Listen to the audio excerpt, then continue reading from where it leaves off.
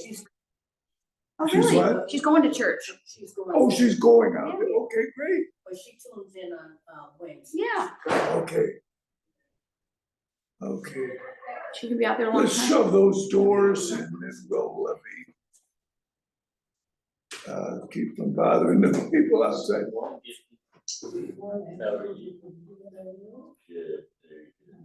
Welcome to all, and thanks for joining us.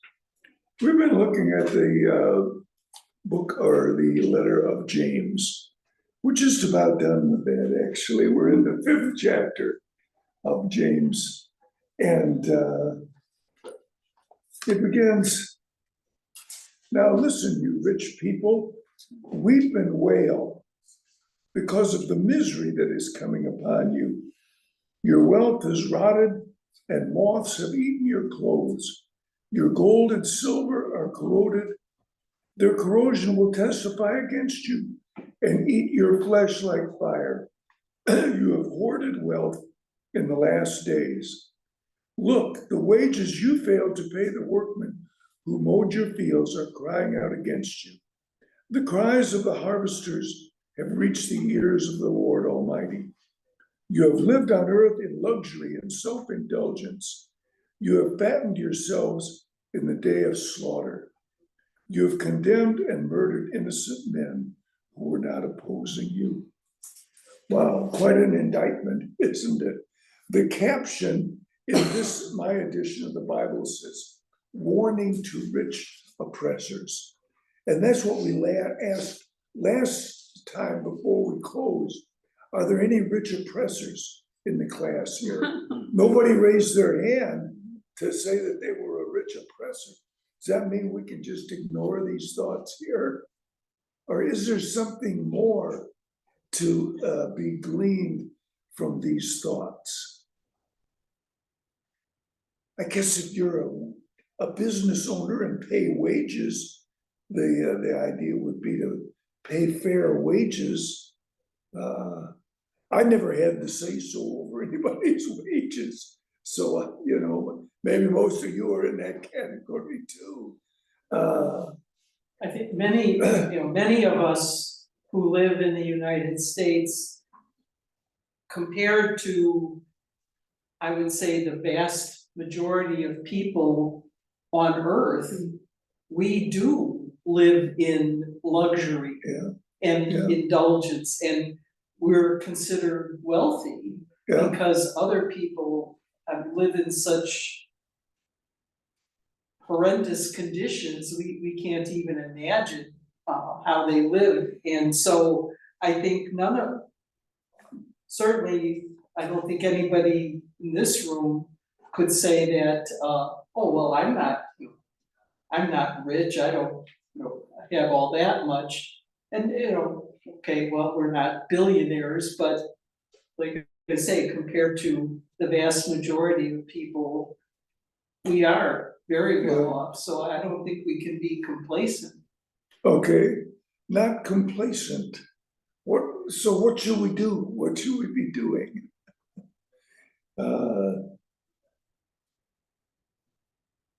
What's the lesson? One of the lessons says your wealth has rotted and moths have eaten your clothes. Your gold and silver are corroded. They corrode because it just sits there and is not used. The corrosion will testify against you and eat your flesh like fire. You've hoarded wealth in the last days. Anybody here hoarding wealth? Well, we save up and we say we're gonna need that for old age or retirement, or in case we have to go in a nursing home, or if we're ill, and those are things that seem to come upon a lot of people. Is it wrong to prepare for those eventualities? It can be, if you're neglecting, needs of your family or needs of people that are around you, you can do both. Yeah. But, if you put such a priority on hoarding up for the future that you're not, for example, taking care of family that needs help or those in the church, I think it can be that, but if you're able to do both, there's nothing wrong with being a diligent planner for retirement, for example, to try to be as prepared as you can be. Most people would say, I don't want to be a burden on anybody else. And that's not a bad objective. But I think that's the point, isn't it? Hoarding wealth, or we need to take a close look at what we have and what it's being used for, what our plans are.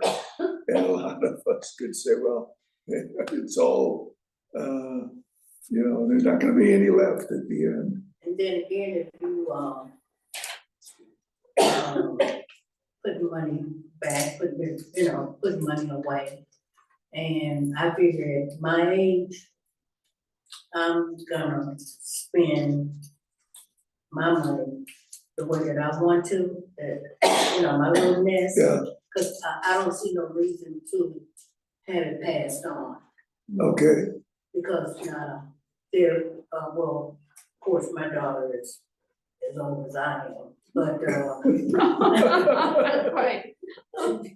she has her own, and she's doing well. okay, The son, everybody's okay. Mhm. So I don't see no reason for a lot of, it's in families where they have kids that's gonna take that money and they gonna just run through it. yeah, If you got a house to leave them, they gonna sell it. Okay. They're not Yeah. gonna keep that. yeah, They don't sell it. They Yeah. gonna take the money and run, which you work really hard for, and just enjoy themselves. That's what this millenniums and stuff do. That's what they do.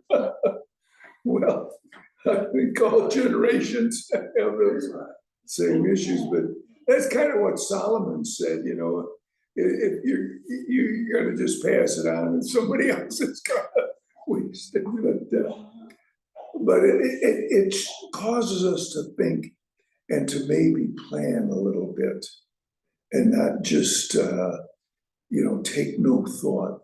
It's interesting, he says, you've hoarded wealth in the last days. Wonder why he says that. Almost sounds like my last days. Okay, I all can't right, sit and say, oh, well, I'll be here another 20 years. I doubt it. we don't know. Yeah, we don't None of us know, that's the point, isn't it? I just doubt The last days is the last dispensation, if you will, or the last covenant. We know Jesus could come at any time. And it was true then as it is now. But we also know that the last days for a lot of us are fewer than they were a few years ago. So in a sense, Jesus comes for us when we die. And it's just, the point is to lay up, as Jesus put it, lay up treasures in heaven with what you've been given here on earth. I think, anyway. To me, I think holding or planning your future so that you will not be a burden for people is not a bad idea. And what James was saying here is greedy and selfish. Being greedy and selfish is different from planning your future. Okay. You can plan your future still helping people.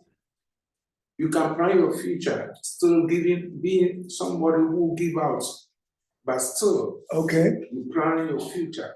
So tomorrow you will not be a burden. 3 days ago, I was chatting with a woman who said he was,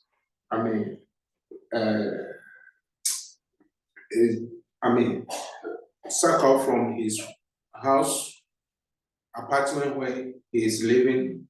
He has served she is a nurse for 25 years. She's now retired, but she didn't buy the apartment. No, she is renting the place. Yeah. Now she don't have money to pay for the place and then they throw her Correct. away. So when I was hearing her story, do you have children? He said, no, I don't have child. And I married and my husband did this and then we divorced, and from then I decided not to marry again. So seeing things like this, she worked for 25 years as a nurse. You see, a very good nurse, as we talk about here. So if today you were thrown out from your apartment, that means there is something wrong. There is something wrong. This, according to the plan, there is something wrong. Or, yes, anybody at all, if you are telling him or her story like this, yes, I work in this field for such a year, but I couldn't want do this, and then I was throwing out by this time of my finished year on this earth, I'm passing through this problem, then there is something wrong. Yeah. You see? So planning your future, not being a burden. Now, what are you going to do, madam? He said, I call my brother and they are planning to get me some place so that I'll go and live in that place. So this is what I'm thinking about right now. Yeah. So just see how the thing is. So planning your future is not bad idea, but how you plan it and how How you selfish plan. you are, how greedy you are, those are what people have it, but they don't want to give out. Okay, planning. Planning, that's the essence of Christianity, preparing for the future, preparing for the judgment, being ready. How have you used the things that you've been entrusted with? Because you're not gonna take them with you. They're just ours for a little while. So I think that's what the lesson we can all take, and hopefully there's none who can say he or she could have helped me, but wouldn't do it because they were, saving up for self. Well, I would help a person if there's. Sure. Yeah. I think we all would. But sometimes we need to look around and open our eyes. Not everyone is, if someone comes to our door, oh yes, we'll help.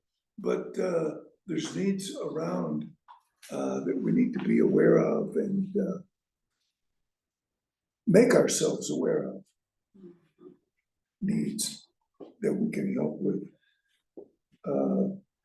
We all have some self-indulgence, don't we, from time to time? But that shouldn't be the purpose or the aim of life.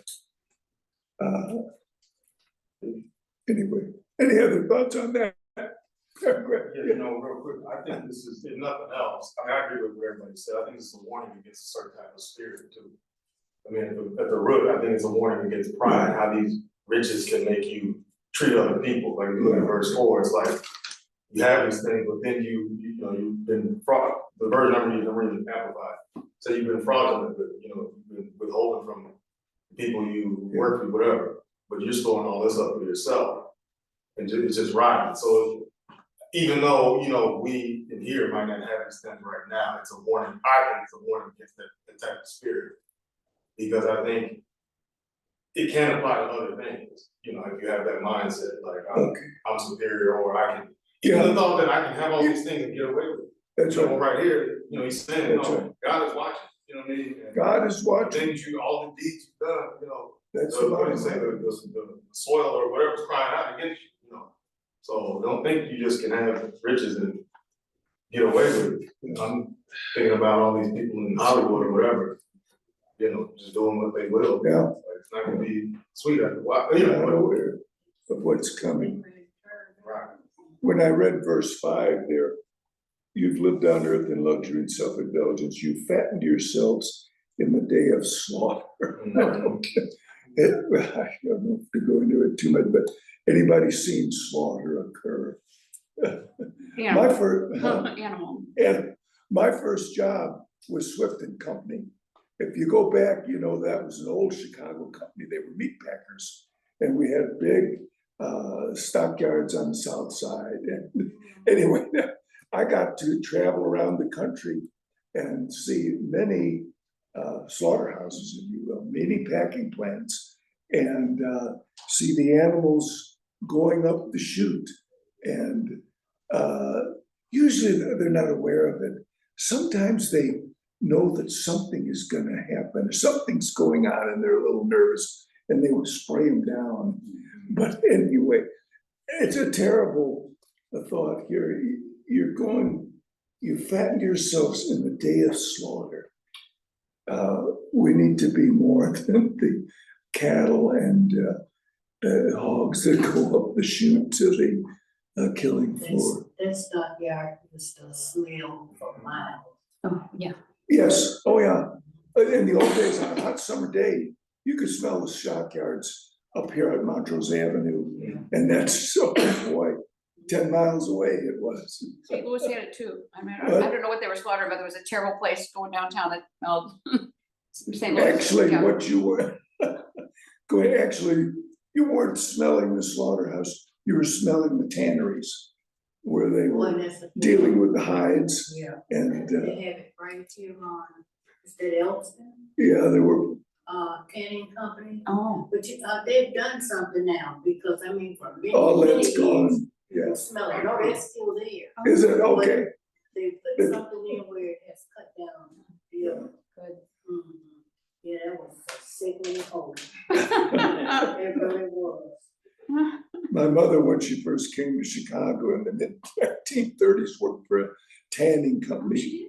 But her office was downtown rather than out in the stockyards. But anyway, that's part of the history of Chicago, isn't it?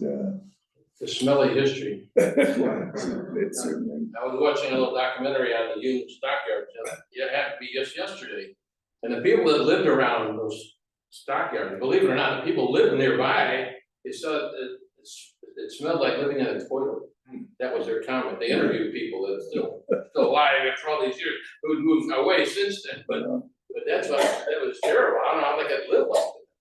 But they did. Well, people would say that about the paper mill too, but we would just say it's the smell of money. Oh. The money's the only reason they were there. They needed the jobs desperately, and they did provide thousands of jobs for people.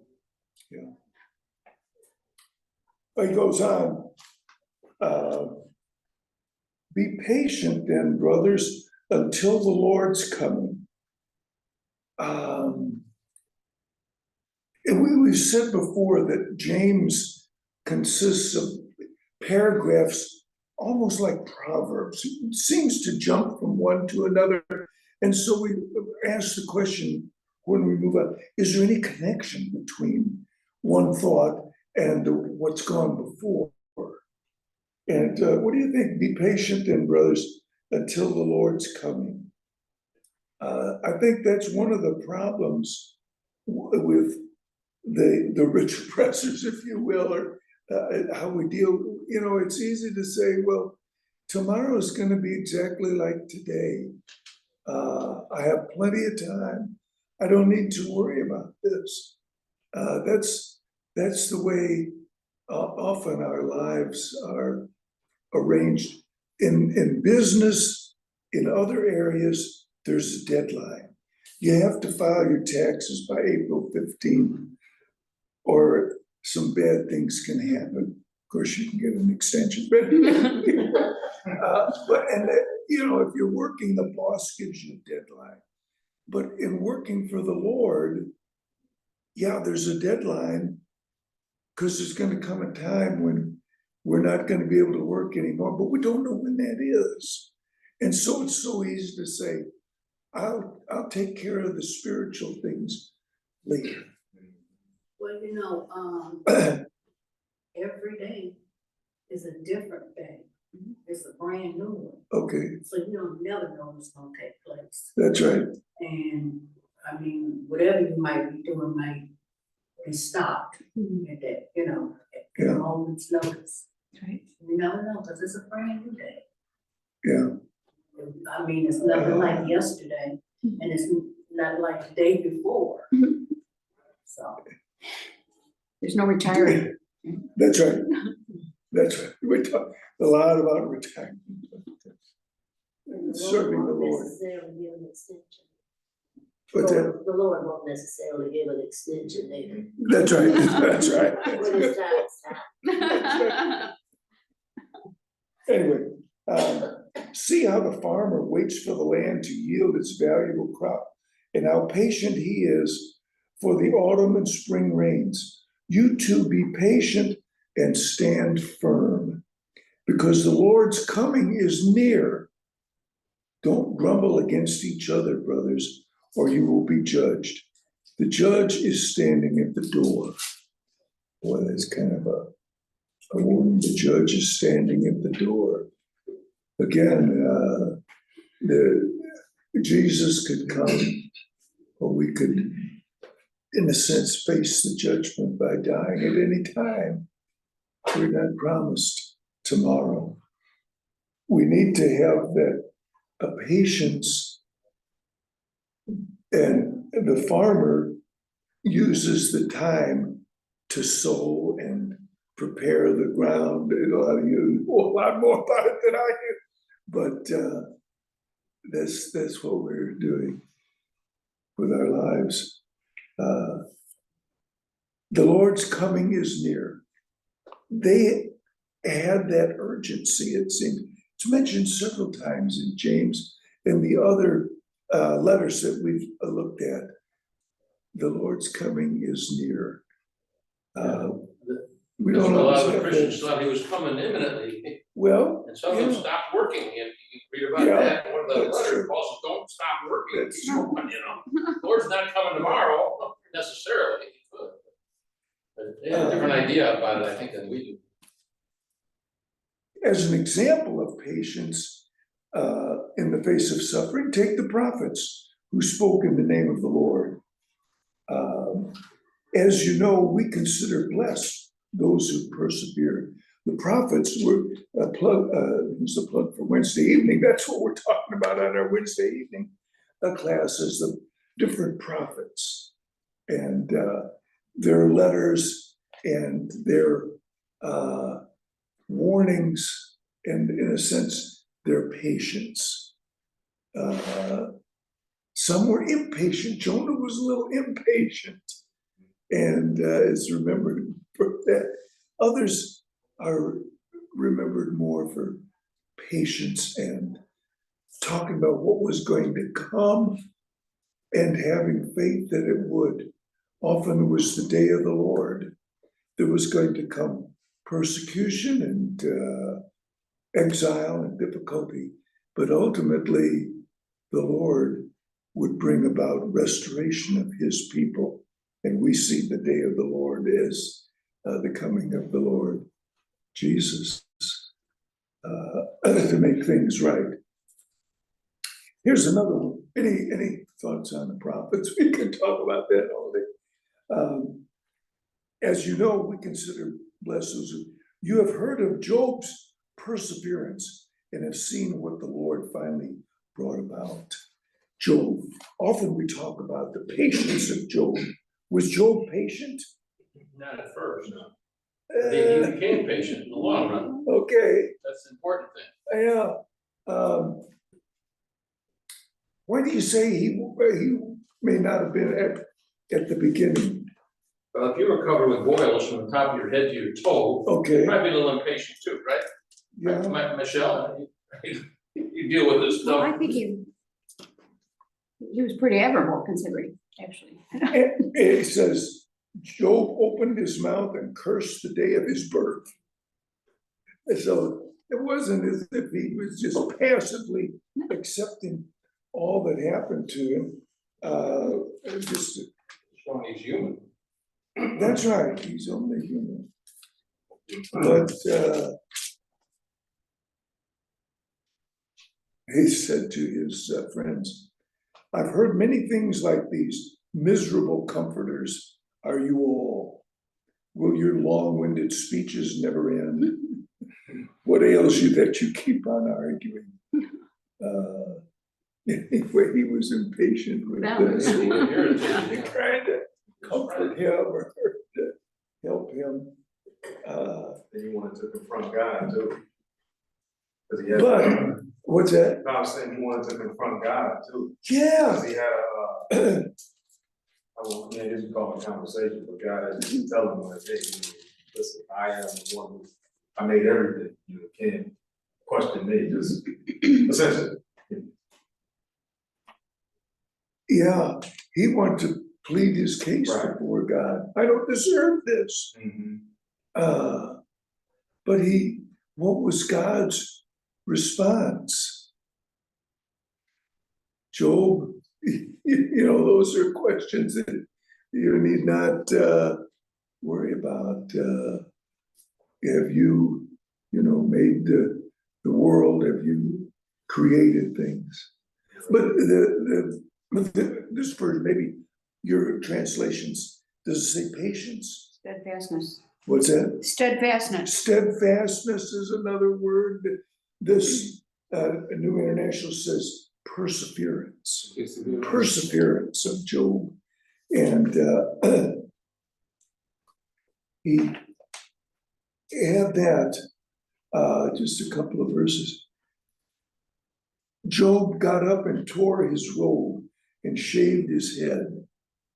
Then he fell to the ground in worship and said, naked came I from my mother's womb, and naked I will depart.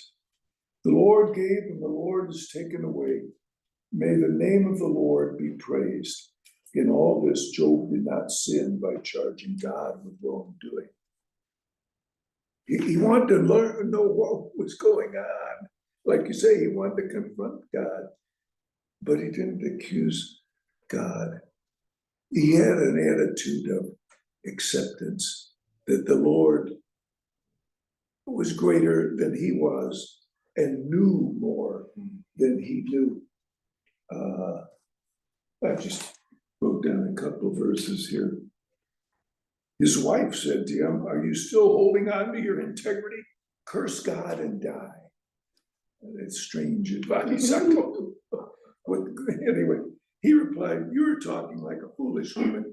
Shall we accept good from God and not trouble? In all this, Job did not sin in what he said." Sometimes we do.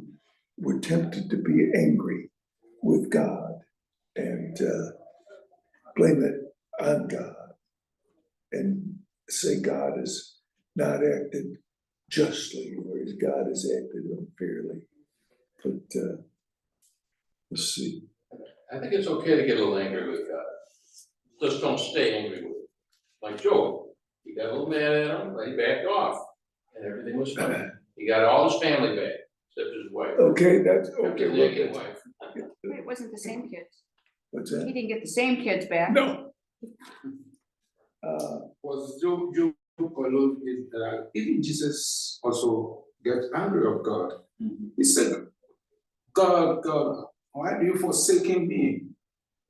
That if Jesus, yeah, he asked, why do you forsaken me? Yeah. So you can see the agony and then the pain and how he's throughout this world. So if you see, as a human, we have every right to question God sometimes. In certain things, if you are passing certain things that you are living your best life, that God, I want to live my life for you. And through all this, you see some things around you. You have right to go to God and ask, what is exactly going on?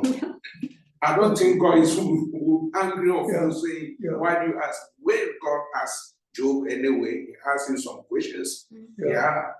So as a human, if Christ came by and take our body and question God, why do you forsaken me? Yeah. Then we have something to, talk about concerning that. Now, ultimately, Job said, though he slay me, yet will I hope in him. But I will surely defend my ways to his face. So that's Job. That's the example, and like you say, I think we're all gonna say, Father, I wish I knew what was going on, that I have to suffer this, or that there's been this loss, or this difficulty in my life.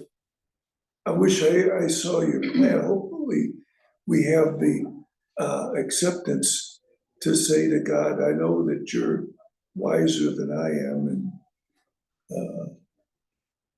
The worst aspect of it, people are pointing finger on you, between you and God. You see how they're doing it? Now Job, the wife, is pointing finger on him. Cause the friends are pointing finger on him, in between God. Jesus on the cross, people seeing him and saying, you say you are the Messiah. You see? So all this, when there is some circumstances come through your life sometime, if people are pointing finger on you, yeah, that you say, you are serving God, call on your God to do something. That moment is very, very straight to question God, why all these things are happening. what a temptation to just zap those people and make things right, because that's what they deserve. I question God asking how long, How long? Okay, and it was 7.5 years. And finally, he answered. okay. 7.5 years, nonstop, didn't miss How long? it. Yeah. It's a lot of us ask that question. The Lord, the end, the Lord finally brought about, like Dan mentioned, he got flocks and herds and another family of children, which would have been the great blessings that they wanted. The Lord, in the case of Jesus, he was resurrected, and it reigns at the right hand of God. So the Lord is full of compassion and mercy, is the point. And so we should have patience and faith. Seems to jump them. Above all, interesting, he says above all in this version. My brothers, do not swear, not by heaven or by earth or by anything else. Let your yes be yes and your no, no, or you will be condemned. What about the court? What about it? Sometimes they say, do you swear this be true? Some Christians object to that. People have focused on that word swear, and so under the oath, you can say I affirm. Is it different? So they just try to get Swear around it. sounds like something bad because of what we read in the scripture. Is that his point? That what word you use? Yeah, definitely. You can say, as we are saying, sometimes people are pointing finger on you. But in humanity, when people point finger on you and you say, I swear to this, they normally believe in the swear more than you keeping silence. That my yes is yes, my no is no. But when you say, I swear to this, they normally what? Believe that. You see how it is? Because they are pointing finger on you. But yours is, I said, what I said, that is it. What I said, that is it. So what James was saying here, you can see that, yeah, those things are, it's a worldly things. You know, as a human, those things are passing through humanity. Now, it's going on in people's life. Now, it's going on in people's life. Okay. A lot. Jesus said, don't swear. I think they're getting at, there was a tendency to say, in those times, I swear based upon something. I swear based upon the temple, or based upon, swear on Jerusalem. Maybe you've heard, I swear on my mother's grave, or people seek something to strengthen what they're saying. And the point is, whatever the follower of Jesus says should be true. You shouldn't have to,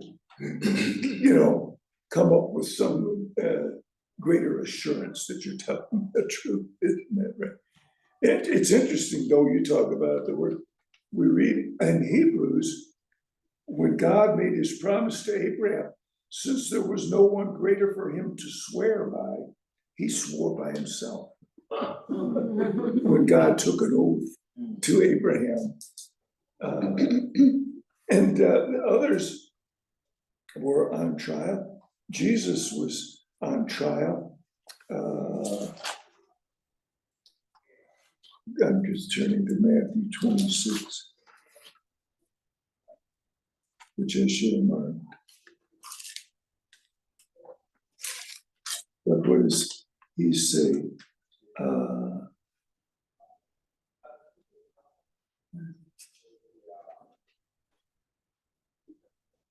The high priest said to Jesus, this was during his trial, Matthew 26, I charge you under oath by the living God, tell us if you are the Christ, the Son of God.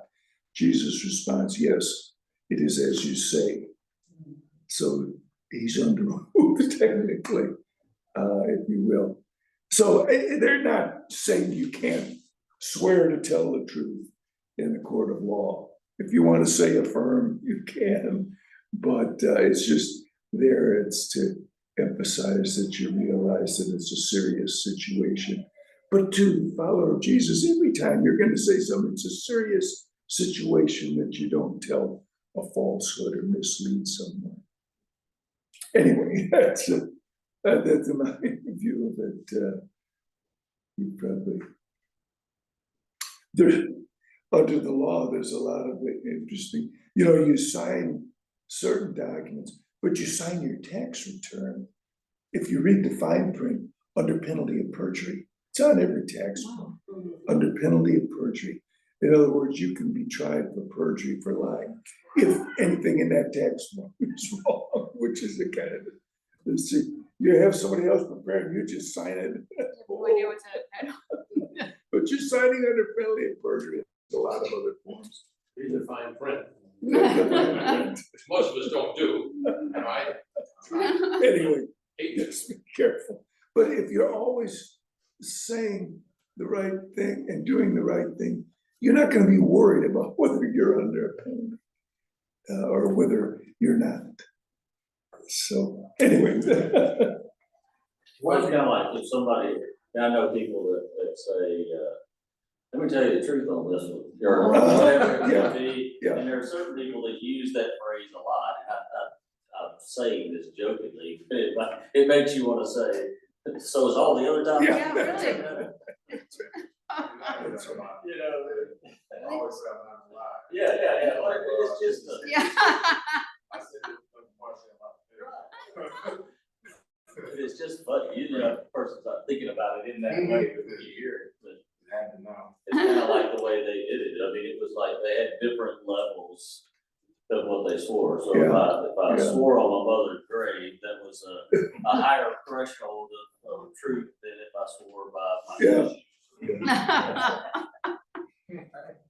Our former president in Ghana, Jerry John Rawlings, one time they were doing reconciliation after he lost the presidential election. His predecessor was doing reconciliation, and when they called him, he came and he said that he will not swear by the Bible or Quran.